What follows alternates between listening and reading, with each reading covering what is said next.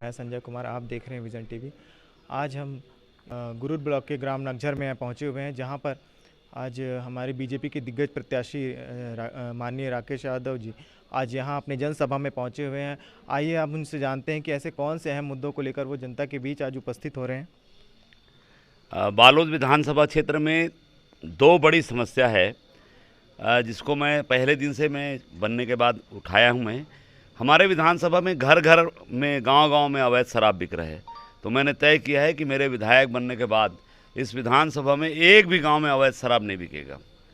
और यदुवंशी होने के कारण दूसरा मेरा संकल्प है कि हमारे विधानसभा में एक भी गौ माता सड़क पर नहीं रहेगी। उसके लिए बहुत शानदार गौशाला का निर्माण कर चारा पानी की व्यवस्था करके हम उसको आधुनिक ढंग से उसका संचालन करेंगे, ताकि वहाँ पर जो गोबर का उत्पादन है, गौमूत्र का उत्पादन है, दूध का उत्पादन है, और जिस प्रकार बालोद में दूध गंगा का निर्माण हम लोगों ने किया था अपनी भारत सरकार के समय, वैसे पूरे विधानसभा में 5 दूध गंगा केंद्र का उद्घाटन हम स्थापना करेंगे, ताकि क्षेत्र के लोगों को शुद्ध दूध मिले और गौ पालकों को उनको उत्पादन का राशि उचित मूल्य मिले। ये प्रयास रहेगा। और तीसरा, मेरे नौजवान मित्र लोग जो पीएससी की तैयारी कर रहे हैं, नीट और पीएमटी की तैयारी कर रहे हैं, उनके लिए कोचिंग की व्यवस्था मैं बालोद में करने वाला हूं। आज हमारे क्षेत्र के नौजवान बच्चे लोग बहुत निराश हैं। जिस प्रकार से 3 सालों में कांग्रेस के परिवार के बच्चे, सरकारी अधिकारियों के बच्चे जिनकी योग्यता बिल्कुल भी नहीं है, और हमारे बच्चों की योग्यता होने के बाद भी नहीं है, उनका मन बहुत हौसला, बहुत उनका नर्वस है वो, और उनके दिमाग में डिप्रेशन आया हुआ है। ऐसे सब नौजवान बच्चों को फिर से उत्साह का संचार करने के लिए हम भारतीय जनता पार्टी की सरकार बनाकर 10,000 लोगों की भर्तियां भारतीय जनता पार्टी सरकार के समय हुई। कोई मुद्दा उस समय नहीं उठा, कांग्रेस का कोई रिजल्ट नहीं था जो बिना विवाद के आया। ये मेरा प्रमुख विषय है। सर, जैसे आपने अभी गौ सेवा की बात करी, गौ रक्षा की बात करी, तो जैसे आप अभी जान रहे होंगे कि अभी हाल ही में गौ तस्करी का भी मामला हमारे बालोद जिला से होते हुए बहुत से सुनाई में आ रहा है। तो ये गौ तस्करी को रोकने के लिए आप कोई अहम मुद्दा उठाना चाहेंगे, जिससे गौ हत्या को गौ को बचाया जा सके, उनकी हत्या को रोका? मैंने यहाँ के नौजवानों से सीधा आग्रह किया है कि अगर गाय बचेगी तो हिंदू संस्कृति बचेगा, सनातन संस्कृति बचेगा। और यदुवंशी कुल में पैदा हुआ मेरे भगवान कृष्ण जो है वो गाय चराने जाते थे। मेरी प्रथम प्राथमिकता गौ माता के संरक्षण और संवर्धन के लिए राकेश यादव अपनी जान की बाजी लगा देगा। आप एकदम निश्चिंत रहो, चाहे कोई कितना भी ताकतवर हो, गौ तस्करी कर ही नहीं सकेगा, और उसकी जितनी बड़ी भी कीमत चुकानी पड़े राकेश यादव चुकाएगा। तो बहुत बढ़िया। लेकिन आज जब बीजेपी की बात होती है तो लोगों के मन में और जहन में सिर्फ एक ही बात आती है, हिंदू राष्ट्र और भगवा रंग। उसके बारे में आपका क्या कहना है?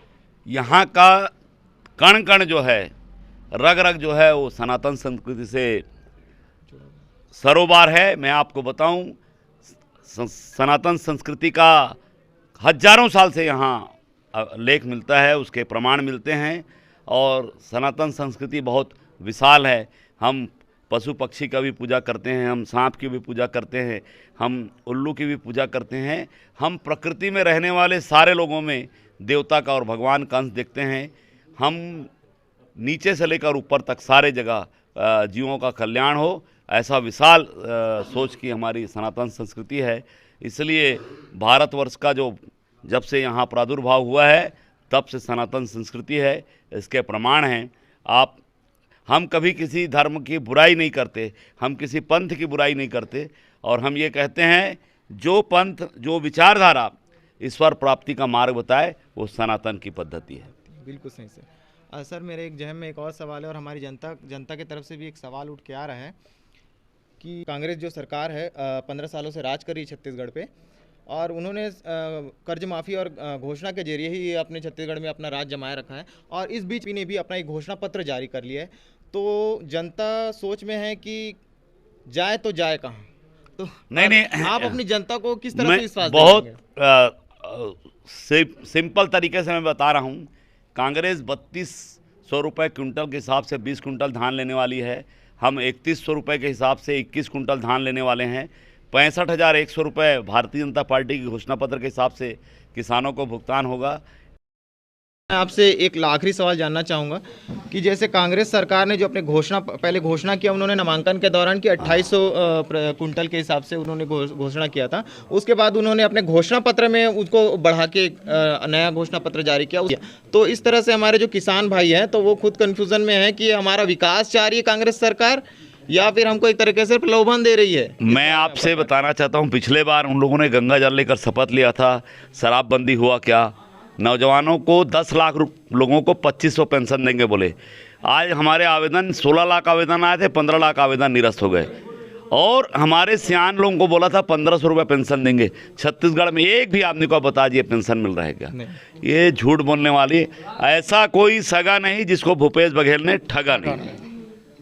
ये रोचक खबरों के लिए देखते रहिए विजन टीवी और कैमरामैन योग के साथ संजय कुमार की रिपोर्ट बाला।